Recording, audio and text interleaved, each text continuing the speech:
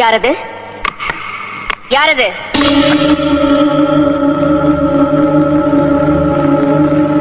யாரது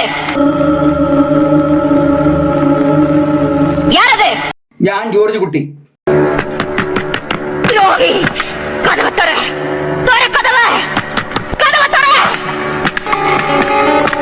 നീ ആര്? நானா?